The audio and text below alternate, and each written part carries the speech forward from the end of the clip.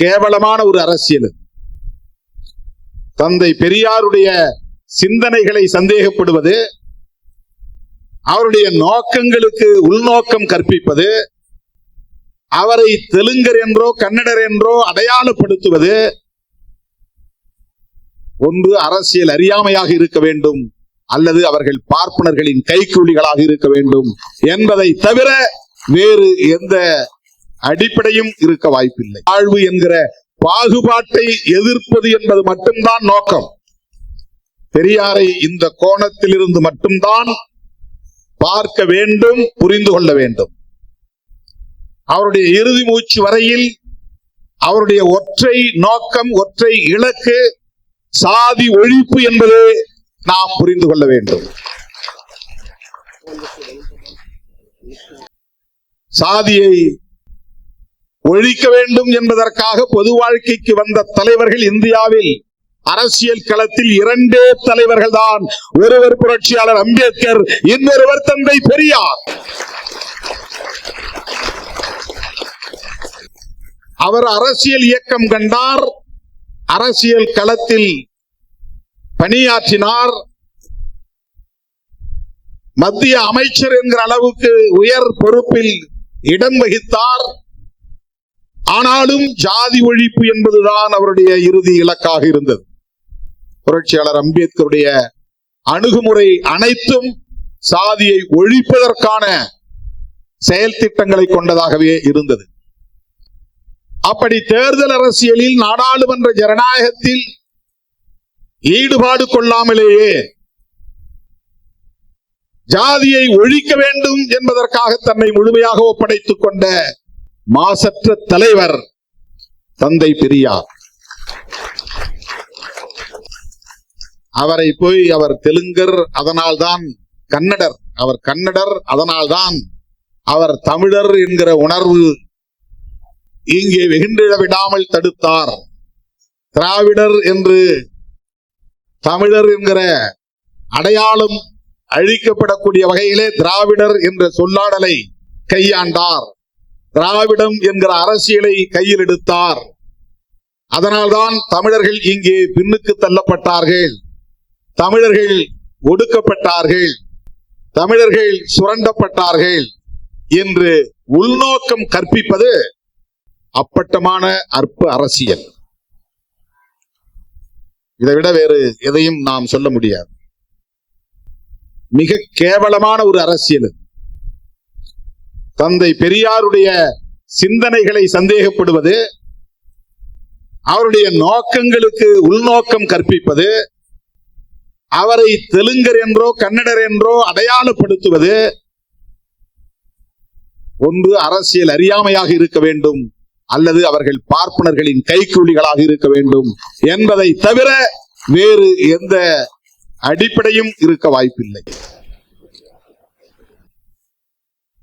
அவருக்கு சாதியை ஒழிக்க வேண்டும் என்கிற தேவை எங்கிருந்து வந்தது? அம்பேத்கர் சொல்லுவதிலே ஒரு பொருள் இருக்கிறது, திருமாவளவன் சொல்லுவதிலே ஒரு பொருள் இருக்கிறது.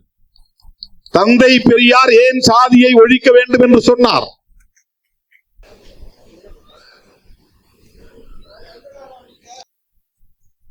இந்த கோணத்திலே தோழர்கள் சிந்திக்க வேண்டும். அவர் எதற்காக பார்ப்பனர்களை எதிர்க்க வேண்டும்? அதிகார பீடத்தில் ஆதிக்கம் செலுத்துகிற அந்த கும்பலோடு கைகோர்த்து குழாவ முடியுமே,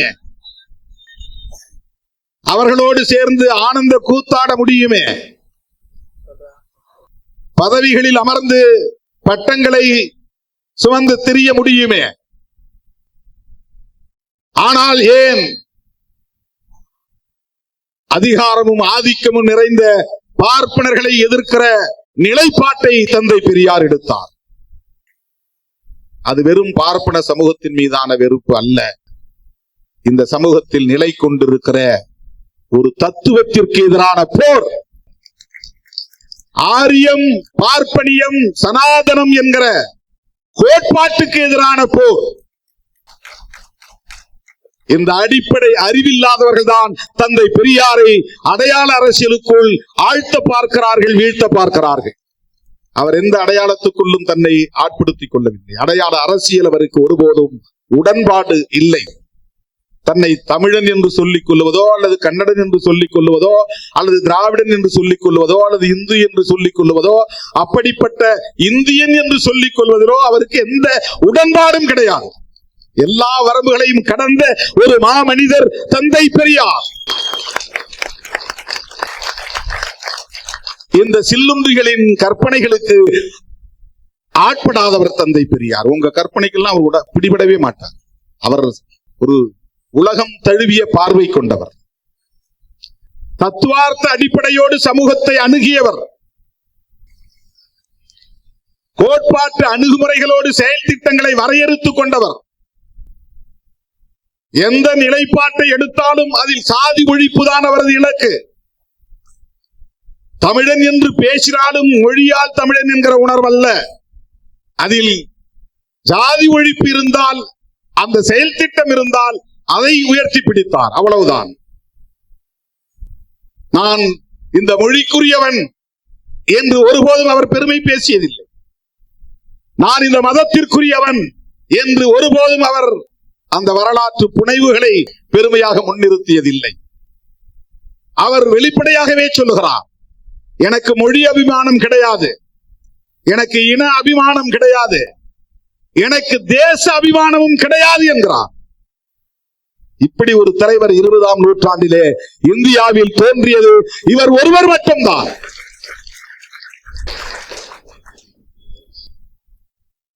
புரட்சியாளர் அம்பேத்கர் அவர்கள் அப்படிப்பட்ட அரசியலுக்குள்ளே அவர் நுழையவில்லை.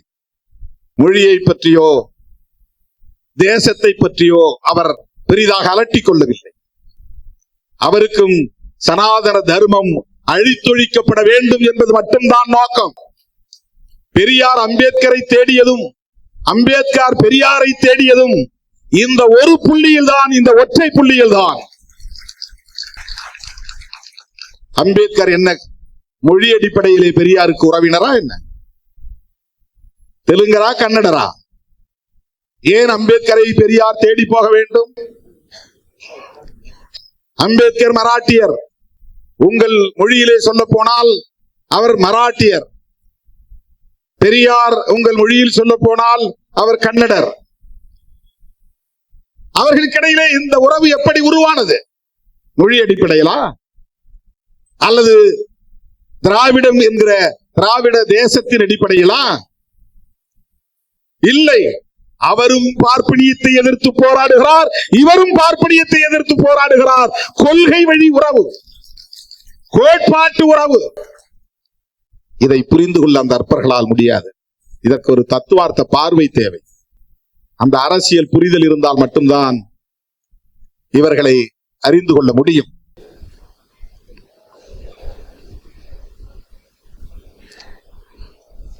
தந்தை பெரியார் திராவிடம் என்கிற ஒரு அரசியலை இங்கே முன்னிறுத்தியதற்கு காரணம் அவர் தமிழர் அல்லாதவர் என்று வியாக்கியானம் விளக்கம் சொல்லுகிறார்கள்.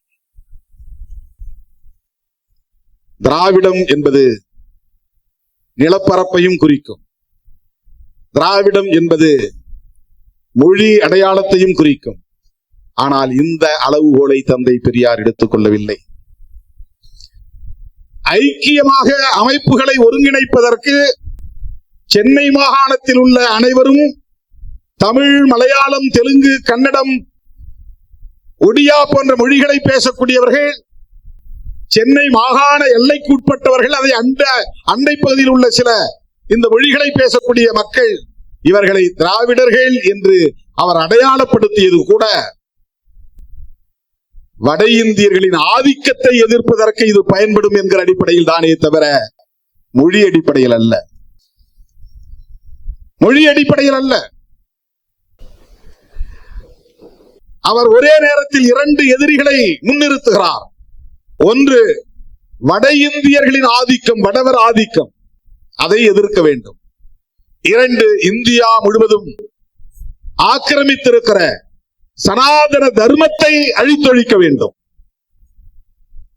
சனாதன தர்மத்தை அழிப்பதற்கு அவர் செயல் திட்டங்களை வரையறுக்கிற போது அதற்கு அடிப்படையான தத்துவம் என்ன, அதை பின்பற்றக்கூடியவர்கள் யார், அதை கட்டி காப்பாற்றக்கூடியவர்கள் யார், அதனால் பயன்பெறக்கூடியவர்கள் யார் என்று பார்க்கிற போது அதனால் பெரும் பயன் அடையக்கூடியவர்கள் ஆரியர்களும் பிராமணர்களும். ஆரியர்களும் பிராமணர்களும் ஒன்று என்று நாம் கருதுவோம். பிராமணர்கள் உள்ளடங்கிய ஆரிய இனம் என்பது பரந்தது. ஆரியர்கள் என்றால் பார்ப்பனர்களை மட்டும் குறிக்காது. பார்ப்பனர்களும் ஆரியர்கள், பார்ப்பனர் அல்லாத பனியாக்களும் ஆரியர்கள் என்றுதான் தங்களை அடையாளப்படுத்திக் கொள்கிறார்கள். இன்னும் சொல்ல போனால் இஸ்லாமியர்கள் கூட, ஈரானில் இருந்து வந்தவர்கள் இன்றைக்கு பார்சி மதத்தை எங்கள் மதம் என்று சொல்லிக் கொள்ளக்கூடிய அந்த பெர்சியன்ஸ், அவர்களும் தங்களை ஆரியர்கள் என்றுதான் சொல்லிக் கொள்கிறார்கள். வைசியர்களும் கூட, சில வைசியர்கள், வட இந்தியாவை சார்ந்த வைசியர்களும் தங்களை ஆரியர்கள் என்றே சொல்லிக் கொள்கிறார்கள். ஜெர்மானிய நாட்டை சார்ந்த ஹிட்லர் கூட ஆரியன் தான். ஜெர்மானிய நாட்டை சார்ந்தவர்களும் ஆரியர்கள் தான். ஆகவே ஆரியர்கள் என்பது ஒரு பரந்த ரேஷியல் குரூப். திராவிடியன் என்பது ஒரு ரேஸ், ஆரியன் என்பது ஒரு ரேஸ். இந்தியாவில் 2 மனித இன வகை உள்ளன.